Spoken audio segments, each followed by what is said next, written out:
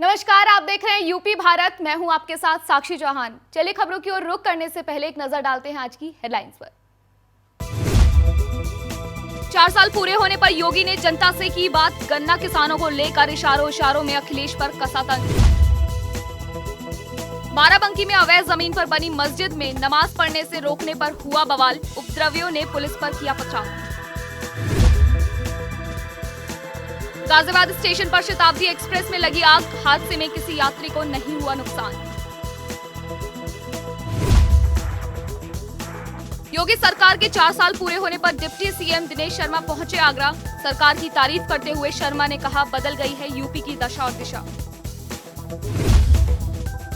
प्रदेश में बढ़ते कोरोना संक्रमण के बीच जेल में कैदियों को लगेगी कोरोना वैक्सीन। 23 और 24 मार्च को दी जाएगी पहली डोज। योगी सरकार ने प्रदेश में अपने 4 साल का कार्यकाल पूरा कर लिया है। 4 साल पहले योगी आदित्यनाथ ने उत्तर प्रदेश के मुख्यमंत्री पद की शपथ ली थी। इस अवसर पर सीएम योगी ने जनता को अपने काम और उपलब्धियां गिनवाई। सीएम ने बताया कि पिछले 4 सालों में यूपी में एक भी दंगा नहीं हुआ और राज्य में लूट, हत्या और बलात्कार के मामले भी घटे हैं। वहीं इस मौके पर सीएम ने अखिलेश सरकार पर हमला करते हुए कहा कि अखिलेश सरकार के दौरान गन्ना किसानों को काफी नुकसान हुआ था। उन्हें अपनी फसलें औने पौने दाम पर बेचनी पड़ी थी, लेकिन बीजेपी सरकार के आते ही गन्ना किसानों को फायदा हुआ है। बीच के कालखंड में चीनी मिलों को अपने स्वार्थ के लिए बंद करना, औने पौने दाम पर बेचने की जो प्रक्रिया प्रारंभ हुई, गन्ना किसानों का 8-8, 10-10 वर्षों से गन्ना मूल्य का भुगतान नहीं हो पा रहा था। राज्य सरकार ने 2017 में जो कार्य पद्धति आगे बढ़ाई, उसका परिणाम है कि पिछले 4 वर्ष के दौरान हमारी सरकार 1,27,000 करोड़ रुपए से अधिक का गन्ना मूल्य का भुगतान करने में सफल रही। और कोरोना कालखंड के दौरान भी हम लोगों ने सभी 119 चीनी मिलों का। यूपी के बाराबंकी में अवैध जमीन पर बनी मस्जिद में नमाज पढ़ने से रोकने पर जबरदस्त बवाल हो गया। लोगों ने पुलिस टीम पर पथराव किया और इस भिड़ंत में एक दरोगा समेत कई पुलिसकर्मी घायल हो गए। ये मस्जिद बाराबंकी के तहसील परिसर में है। अवैध जमीन पर बने मस्जिद पर एक्शन के लिए योगी सरकार के आदेश के बाद इस मस्जिद में नमाज पढ़ने पर रोक लगा दी गई थी। दरअसल परिसर में बाहरी लोगों के प्रवेश पर लगाई गई तहसील प्रशासन की रोक से उपद्रवियों ने पथराव शुरू कर दिया, जिसके जवाब में पुलिस ने लाठीचार्ज किया। स्थिति को देखते हुए आसपास के थानों की पुलिस व पीएसी को बुला लिया गया। देर रात डीएम व एसपी भी मौके पर पहुंचे। गाजियाबाद रेलवे स्टेशन पर दिल्ली से लखनऊ जा रही शताब्दी एक्सप्रेस ट्रेन में आग लगने से हड़कंप मच गया। ये आग स्टेशन पर खड़ी शताब्दी ट्रेन के पार्सल वैन में लगी थी, जिसके बाद रेल अधिकारी मौके पर पहुंचे। वहीं कुछ देर में आग पर काबू पा लिया गया। इस हादसे में किसी भी यात्री को नुकसान नहीं पहुंचा। दरअसल जब ट्रेन गाजियाबाद स्टेशन पर पहुंची और आग बुझाने वाले यंत्रों से धुएं को काबू करने में सफलता नहीं मिली, तो दमकल की गाड़ियों को बुलाया गया और फिर आग पर काबू पाकर ट्रेन को रवाना किया गया।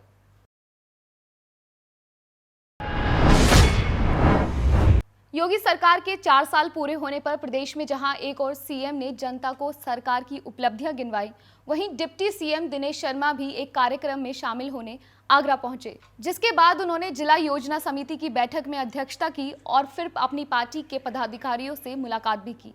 बता दें कि इस दौरान डिप्टी सीएम ने योगी सरकार के 4 साल में जो काम किए हैं उनके बारे में बताया। साथ ही उन्होंने कहा कि योगी सरकार ने उत्तर प्रदेश की दशा और दिशा दोनों बदल दी है। प्रदेश में एक बार फिर कोरोना संक्रमण बढ़ता जा रहा है। बीते 24 घंटों में 393 नए केस आने के बाद मौजूदा समय में प्रदेश में 2470 नए केस एक्टिव हैं, जहां एक साल में मरीजों की संख्या 6 लाख के ऊपर पहुंच चुकी है। वहीं इनमें से 98.2% मरीज को रिकवर किया गया है। फिलहाल प्रदेश में तकरीबन 35 लाख लोगों को टीका लगाया जा चुका है। वहीं इस बीच प्रदेश में कैदियों को भी कोरोना वैक्सीनेशन की पहली डोज दी जाएगी। ये डोज 23 और 24 मार्च को दी जाएगी। प्रदेश की जेलों में फिलहाल कुल 1,12,120 कैदी हैं, जबकि पूरे कोरोना काल में जेलों में बंद हुए और जमानत पाए गए कैदी को मिलाया जाए तो 4,33,779 बंदियों के कोरोना टेस्ट कराए जा चुके हैं। विकास भवन किसी भी जिले के बेरोजगारों के लिए एक मंदिर की तरह होता है, लेकिन कानपुर देहात में विकास भवन में एक सरकारी बाबू ने अपने अश्लील कारनामों से पूरे विकास भवन के नाम की किरकिरी कर दी है। दरअसल बाबू ने नौकरी के लिए अप्लाई करने आई एक लड़की को अश्लील मैसेज भेजे, साथ ही उससे ये भी कह डाला कि अगर मैं तुम्हारी नौकरी के लिए कोशिश कर रहा हूँ तो हमें भी कुछ चाहिए। फिलहाल पुलिस लड़की के बयान पर सरकारी बाबू के खिलाफ कार्रवाई कर रही है। खबर सहारनपुर से है, जहां एक चोर पुलिस को चकमा देने के लिए पुलिस की वर्दी पहनकर ही वसूली करने लगा। दरअसल आरोपी दरोगा की वर्दी पहनकर लोगों से पैसे की वसूली करता था, जिसके बाद इसकी जानकारी मिलने पर सहारनपुर पुलिस ने फर्जी दरोगा को गिरफ्तार कर लिया। इस गिरफ्तारी में ग्रामीणों ने पुलिस की मदद की और फिर पुलिस ने जाल बिछाकर फर्जी दरोगा को गिरफ्तार कर जेल भेज दिया।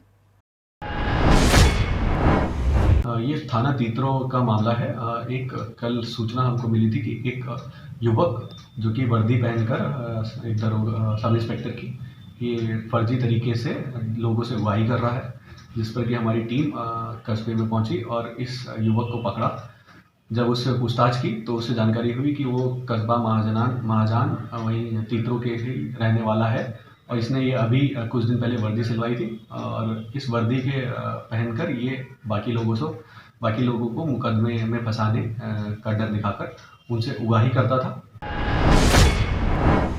आजमगढ़ में माफिया कुंटू के खिलाफ प्रशासन की कार्रवाई लगातार जारी है। इस कड़ी में प्रशासन ने माफिया कुंटू के पॉलिटेक्निक कॉलेज को करीब आधा दर्जन जेसीबी के जरिए ढहा दिया। प्रदेश के टॉप 10 माफिया में कुंटू सिंह सुल्तानपुर गांव का निवासी है।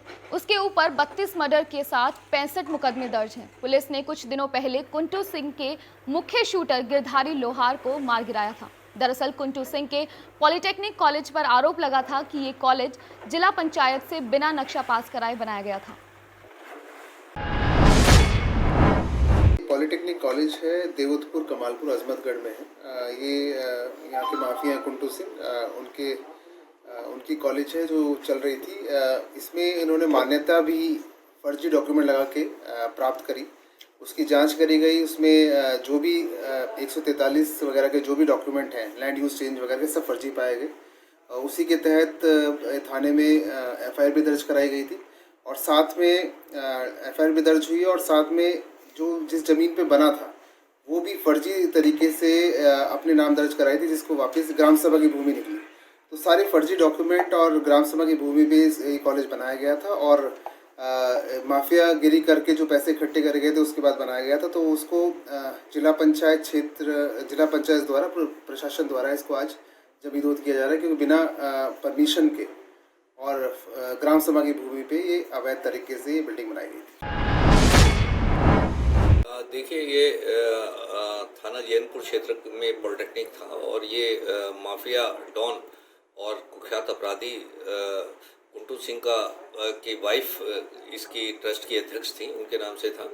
ये जैसा कि अभी 2 दिन पहले एफआईआर भी दर्ज हुई थी। इसमें ये स्कूल एक तो ग्राम समाज की ज़मीन में बना हुआ था और दूसरे इसके जो डॉक्यूमेंट जमा किए गए थे जो इसकी परमिशन के लिए, इसकी मान्यता के लिए, वो सभी फर्जी उसमें जांच में पाए गए थे। उसके तहत मुकदमा भी दर्ज हुआ था।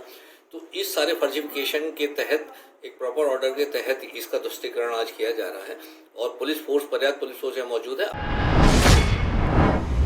सहारनपुर में अपने ही परिजनों से परेशान होकर एक प्रेमी जोड़े ने आत्महत्या कर ली। दरअसल प्रेमी जोड़ा शादी करना चाहता था, जिससे परेशान होकर युवती ने जहरीले पदार्थ का सेवन कर मौत को गले लगा लिया। तो प्रेमी ने फांसी पर लटक कर जान दे दी, जिसके बाद परिजनों ने आनन फानन में दोनों का अंतिम संस्कार कर दिया। सूचना के बाद कोतवाली पुलिस मौके पर पहुंची। मामले में एसपी देहात का कहना है कि मामला प्रेम प्रसंग से जुड़ा है और जांच के बाद कार्रवाई की जाएगी। ये बेहर थाना क्षेत्र में गांव पड़ता है अब्दुल्लापुर। उसमें हमको आज ये सूचना मिली सुबह कि वहाँ पर एक लड़की ने कल रात को जहर खा लिया था, जिसके बाद उसके परिजनों ने उसको हॉस्पिटल में भर्ती कराया, जहाँ की उसकी मृत्यु हो गई। इसी पर और सुबह एक लड़के ने फांसी लगा ली अपने आप को, सुबह भोर करीब 4 बजे करीब। और इनके बताया जा रहा है कि इनके बीच में आपस में प्रेम प्रसंग का मामला था और इसी में लड़की ने जहर खाया, जिसके उपरांत लड़के ने फांसी लगा ली। जब हमको ये सूचना मिली तो हमने तत्काल मौके पर पुलिस फोर्स जो है उस गांव में पहुंची है और आगे कार्रवाई इसमें कराई जा रही है। फिलहाल इस बुलेटिन में सिर्फ इतना ही। उत्तर प्रदेश से जुड़ी तमाम बड़ी खबरों को जानने के लिए जुड़े रहिए यूपी भारत के साथ। नमस्कार। उत्तर प्रदेश की हर खबर से रूबरू होने के लिए लाइक और सब्सक्राइब करें यूपी भारत।